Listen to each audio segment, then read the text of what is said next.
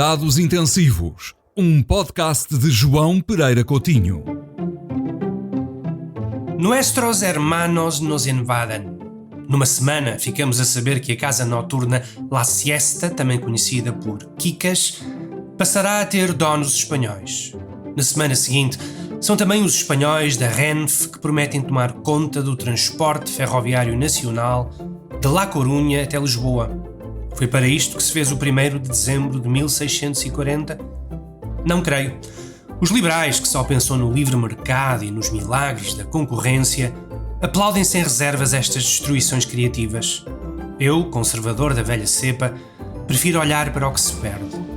No La Siesta, perde-se o toque humano de Maria da Conceição António, a lendária Kikas, que durante 2 décadas proporcionou diversão sem limites, sedução, muita fantasia, sensuais espetáculos de strip e despedidas de solteiro.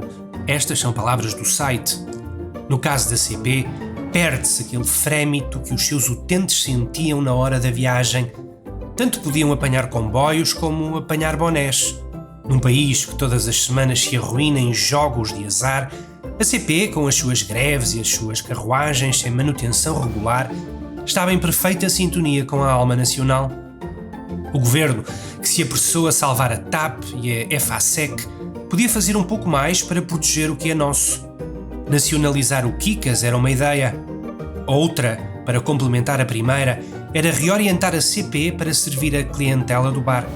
Segundo o jornal Notícias do Ribatejo, citado pelo Público, os foliões vêm de todo o país em excursões de autocarros para não perderem, e cito, a casa de alterne mais famosa de Portugal. Alguém duvida que o retorno para os contribuintes seria bem maior do que na TAP?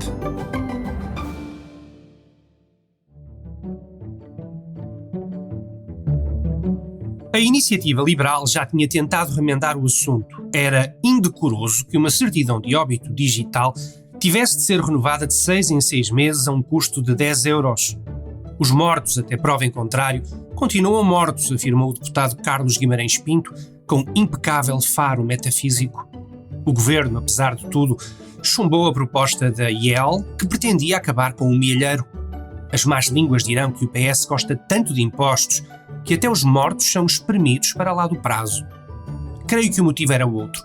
Com ministros do governo que, apesar de mortos, continuam por aí a falar, a mexer-se e a inaugurar coisas, o PS terá concluído que a proposta dos liberais não acautelava os mortos-vivos.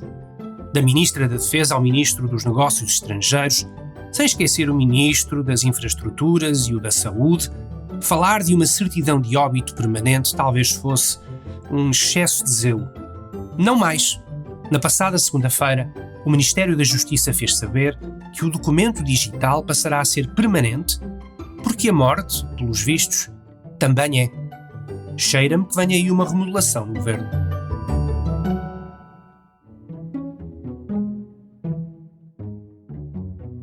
Não conhecia o presidente da Federação Espanhola de Futebol.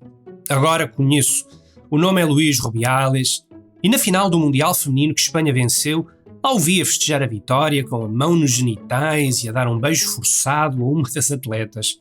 São amigos, disse ele.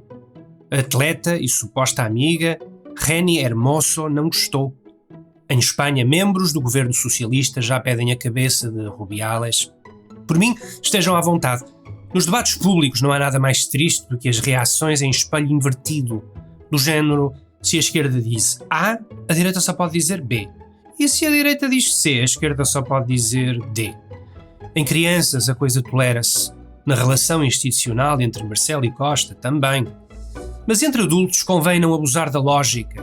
Caso contrário, acabamos a defender estes últimos exemplares do Homo neanderthalensis só porque os nossos adversários preferem a espécie Homo sapiens. Questão de maneiras, não de ideologia. Nenhum cavalheiro beija uma mulher sem o consentimento desta. E em matéria de genitália própria, só há uma forma de nos relacionarmos com ela em público. Como se fôssemos manetas.